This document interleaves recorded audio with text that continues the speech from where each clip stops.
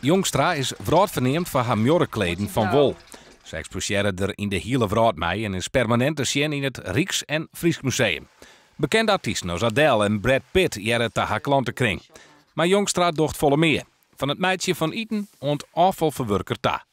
Ik denk dat vanaf dat ik begon met kunst of met textiel en ik begon met mijn eigen schaapskudde, denk dat daar begon het eerste begin van die cirkel. En nu ben ik bijna rond en nu hebben we akkers en we hebben gewassen en we hebben boeren en we hebben mensen. We hebben een bakery. Dus het heeft altijd in mij gezeten.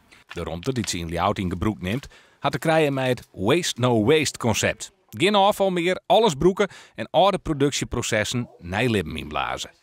In Spannem is de romte te lieds. Ljout jouwt meer mogelijkheden.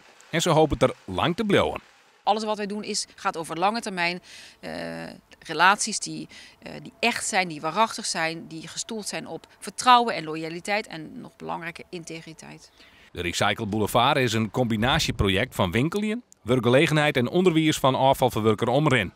Het wordt realiseren in het oude gebouw van de Meubelboulevard in Ljout. Omrin is tiergewiers met de komst van Claudie. Het is een namme in de kunstwereld, internationaal erkend.